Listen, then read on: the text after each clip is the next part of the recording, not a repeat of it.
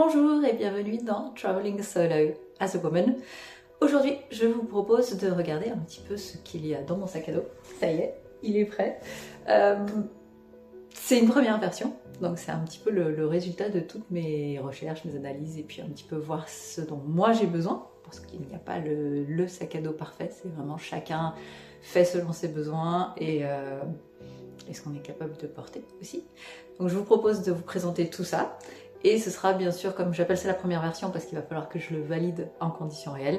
Parce que l'idée, c'est quand même pas de partir en Norvège en n'ayant même pas essayé un petit peu si tout ce que j'ai choisi me convient ou s'il manque quelque chose. Donc on voit ça tout de suite. Alors le sac à dos entier, le voilà. C'est un 50 litres, 50 plus 10, donc il y a moyen de déplacer un peu le chapeau pour qu'il soit plus grand, plus plein, qu'il y ait plus de volume. J'en ai pas eu besoin pour l'instant. Donc le sac à dos complet, plus je ajouterai les panneaux solaires qui vont venir se déployer sur le devant. Donc tout le sac à dos avec les panneaux solaires inclus, je suis juste en dessous des 15 kg, quelque chose comme 14,7. Mais il manque encore l'eau. Donc je compte 1,5 litre, 2 litres d'eau qui vont venir s'ajouter à ça au départ, le matin. Peut-être que dans les Pyrénées, quand je vais essayer le sac à dos, j'aurai besoin d'anticiper un peu plus et d'avoir plus d'eau. Mais je sais qu'en Norvège, ça ne sera pas nécessaire. Donc je pars sur ce sac à dos qui serait à environ 15 kg. Avec les 2 litres d'eau en plus, on sera à 17. Donc 16,5, 17, quelque chose comme ça. Et je vous montre tout de suite tout ce qu'il y a dedans. C'est parti pour regarder un petit peu ce qui concerne les vêtements. J'ai pour le froid, j'ai une doudoune qui va être emballée dans un sac étanche. Il y a beaucoup de sacs étanches dans mon sac. J'ai le coupe-vent et imperméable. C'est une veste et du coup en complément j'ai aussi un poncho. Parce que la veste imperméable c'est top, mais ça ne protège que moi. Le sac à dos il a sa cover, mais le problème c'est que entre le sac à dos et moi il n'y a pas de protection. Ça veut dire que si vraiment il pleut, tout le dos du sac à dos peut être trempé et donc en fait comme c'est tout bien rembourré et tout, ça va très rapidement prendre l'eau et se gorger d'eau. C'est pas l'idée, et puis en plus potentiellement ça pourrait à terme aussi faire de l'humidité dans le sac. Donc avec le poncho, je couvre tout de moi jusque l'autre côté du sac. Et comme ça, je suis sûre que même dans le dos, je suis protégée de la pluie. Et comme je m'attends à avoir de la pluie, de l'humidité et potentiellement des terrains assez humides, j'ai aussi prévu un pantalon de pluie. Donc c'est un surpantalon que je n'ai jamais utilisé, pour être tout à fait honnête. Mais là oui, j'ai dû prévoir un petit peu les choses autrement parce que c'est long, parce qu'il va faire froid, parce qu'il va faire humide. Et donc je dois vraiment anticiper tout ça pour ne pas me retrouver déjà trempée parce que c'est désagréable. Mais surtout aussi pour que j'ai assez de rotation de vêtements, pour que je termine pas ma journée trempée en n'ayant rien pour me changer, parce que c'est hyper important d'être au sec le soir au moment du bivouac, quitte à remarcher ensuite avec des vêtements mouillés. Mais une fois qu'on s'arrête, qu'on n'est plus dans l'effort, il faut vraiment se mettre au chaud avec des vêtements secs pour éviter l'hypothermie. Ensuite, alors j'ai pas tout déballé, je vous ferai le détail éventuellement dans une autre vidéo de mon choix de vêtements et de qu'est-ce que j'ai choisi et pourquoi. Même en termes de qualité. Mais donc ce sac là qui est aussi un sac étanche, ce sont tous mes vêtements. Donc il y aura juste en plus un t-shirt sur pantalon chaussettes que j'aurai sûrement au moment de partir, donc ça va pas dans le sac. Et donc ici j'ai j'ai un pantacourt, je pense. Oui, j'ai un pantacourt et 2 t-shirts et surtout beaucoup de couches en fait pour pouvoir s'habiller un peu comme un oignon selon les circonstances, pour beaucoup mieux réguler la température. Donc j'ai 2 t-shirts, un t-shirt à manches longues, un pull à col roulé et le pantalon. Et je crois que c'est à peu près tout, en plus des sous-vêtements. Voilà. Donc voilà pour les vêtements. Pour ce qui est de la technologie, alors comme vous le savez, mon idée c'est de déjà de pouvoir faire un petit peu des vidéos un peu directes comme celle-ci, un peu prises sur le vif, comme j'en ai déjà fait aussi, des shorts, etc. Donc ça, ce serait avec mon téléphone. Mais j'ai aussi pour but de faire un court-métrage qui va documenter cette aventure, et un petit peu comment moi je le vis, pour inspirer d'autres femmes à en faire autant. Et donc, je peux pas faire ça avec mon téléphone. Donc, côté technologie, j'ai investi donc, dans une caméra avec des batteries de rechange. Donc ça, c'est la partie caméra, batterie de rechange et micro. Donc, j'ai ces choses-là pour la partie technologie. Alors, je vous avais déjà parlé des panneaux solaires qui vont me permettre de recharger un petit peu tout ce que j'ai avec une batterie externe qui, en fait, c'est la batterie qui va se charger sur les panneaux, et tous les équipements technologiques seront chargés depuis la batterie, ce qui permet d'éviter des variations d'intensité au niveau des panneaux. J'ai aussi un téléphone de secours parce qu'on ne sait jamais. Kindle, pour pouvoir lire en bivouac. La frontale, une lampe frontale. Alors, je ne sais pas très bien quelle sera la luminosité. En théorie, le soleil ne va pas se coucher. Je serai quand même entre les montagnes, donc je ne me rends pas très bien compte. Et de toute façon, ça ne peut pas faire de mal d'avoir une frontale par sécurité. C'est une bonne chose. Et dernière chose, pour pouvoir prendre des notes, mon petit Rocketbook que j'ai découvert très récemment. C'est une recommandation et j'en suis super contente. Donc, je vais pouvoir comme ça prendre plein de notes dans un cahier qui est vraiment tout fin, tout fin. Donc ça, c'est super chouette. Pour ce qui est de l'alimentaire et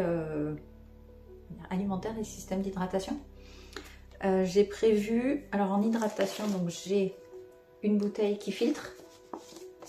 Voilà, ça je dois récupérer l'eau dans les rivières, ce qui sera très pratique. Et donc à partir de ça, je n'ai pas défait mon sac à dos, mais moi je fonctionne au Camelback. Pour moi c'est le meilleur moyen d'être sûr d'être hydraté tout le temps, sinon j'oublie de boire. Donc ça plus le Camelback. En alimentaire, je vous présente un petit peu vite fait ce que j'ai en termes de quantité même, que j'ai prévu pour aller dans les Pyrénées, donc tester tout cet équipement, ce sac et ses choix. Ça c'est pour 5 jours. Donc parce que je pars 5 jours, donc 4 nuits, mais c'est toujours bien de prévoir un jour de plus. Donc là c'est la réserve.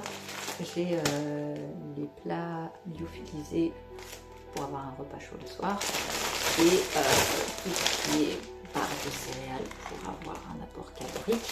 En plus de ça, j'ai des réserves de quoi grignoter. Ça, j'ai pas que les barres de céréales. J'ai donc des bananes, des cacahuètes, des amandes. Et comme j'aime, c'est quand même beaucoup sucré pour avoir un apport calorique et protéines aussi. Mais pour varier un peu, j'ai pris des sachets de jerky. J'ai choisi les versions vegan et je les ai goûtés, c'est super bon. Mais voilà, ça me permet de varier un petit peu et d'avoir largement de quoi grignoter. Ça, c'est pour l'alimentaire. Et s'ajoute à ça la grande cuillère pour aller touiller au fond des sachets de nourriture déshydratée. Et bien sûr, le couteau. Je continue avec la partie hygiène et santé. Santé parce que tout simplement c'est la partie trousse de secours.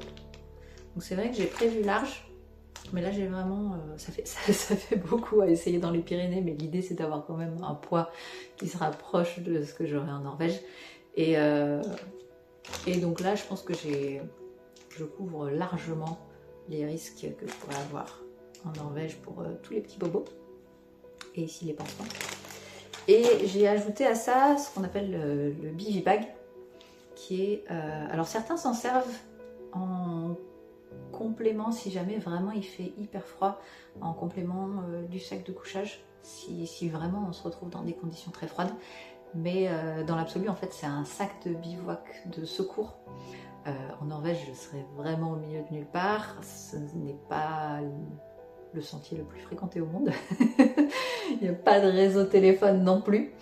Donc ça peut être une bonne idée d'avoir un sac qui me permet de rester au chaud autant que possible, d'éviter l'hypothermie si jamais vraiment je me retrouve à pas pouvoir monter ma tente, tout simplement. Donc je me dis que ce petit complément, dans l'idéal je n'aurai pas à m'en servir et je vais le porter pour rien, mais on ne sait jamais. Toute cette partie-là, j'espère ne jamais avoir à m'en servir, mais je vais la porter quand même. Et ensuite, côté hygiène, donc là j'ai ma trousse de toilette, petite serviette, enfin non, grande quand même, serviette absorbante, savon, shampoing. Ici j'ai la crème solaire et ça c'est le gel apaisant après piqûre de moustiques, parce que de ce que j'ai compris c'est hyper humide et il y a beaucoup de moustiques en Norvège. Donc ça c'est la partie hygiène et santé. Il nous reste le bivouac. Donc dernière partie, quand j'arrive en fin de journée, il sera temps de monter mon petit bivouac, mon petit camp. Pour ça, tout d'abord la tente.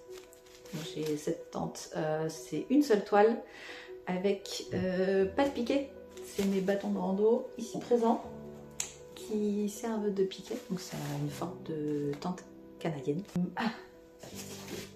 Tapis de sol qui dans l'absolu serait peut-être pas forcément indispensable dans toutes les conditions météo, mais déjà je pense que ça peut être pas mal pour protéger le matelas, et surtout dans des conditions froides comme ce sera le cas en Norvège, ça va isoler du sol, du froid du sol.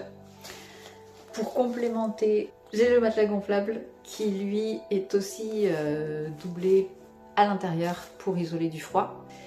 À ça, j'ajoute mon sac de couchage qui lui est confort à 3 degrés, limite à -2, extrême -19.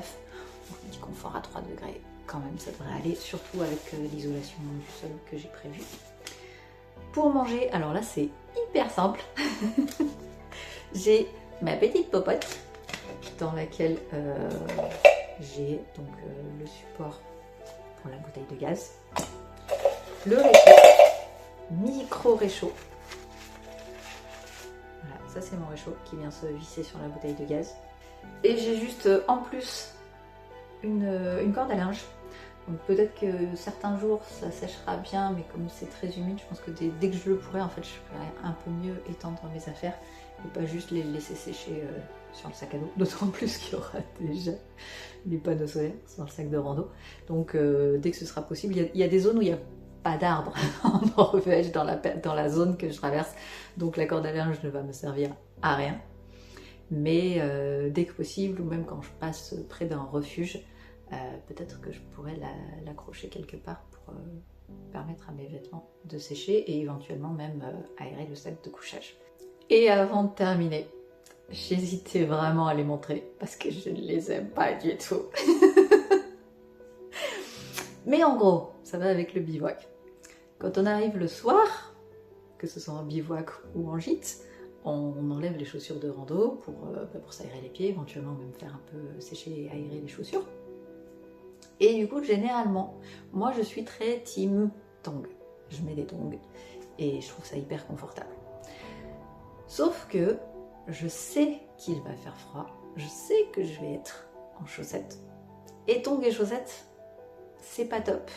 Ça marche 2 minutes, mais si je dois commencer à aller à droite à gauche pour aller chercher de l'eau, pour préparer ma popote, voilà, pour peu qu'il ne pleuve pas et que j'ai envie un petit peu de me dégourdir les jambes, le temps de laisser refroidir les muscles, j'ai dû me résoudre à l'option sandales. Et pour moi, c'est ultra pas glamour.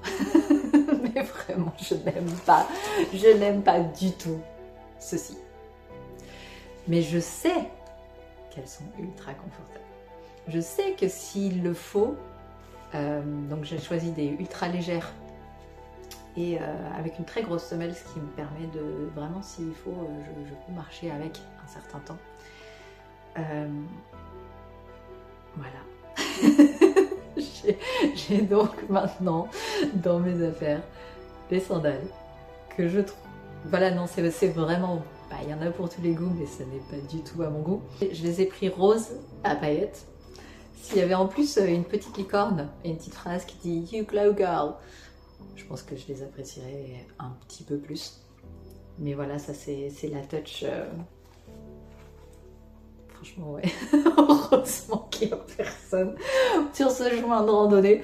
Parce que franchement, sandales, chaussettes, ultra pas classe. Mais bon, c'est pas grave. Hein, je fais pas de la randonnée pour être classe. Mais quand même, je fais un peu attention à mon style, quoi, à flûte. Donc voilà, cette fois-ci, vous avez vraiment tout le contenu de mon sac. Je vais aller tester tout ça. Et je vous dis ce qu'il en est. De votre côté, prenez soin de vous. Osez l'inconnu. Et à très bientôt!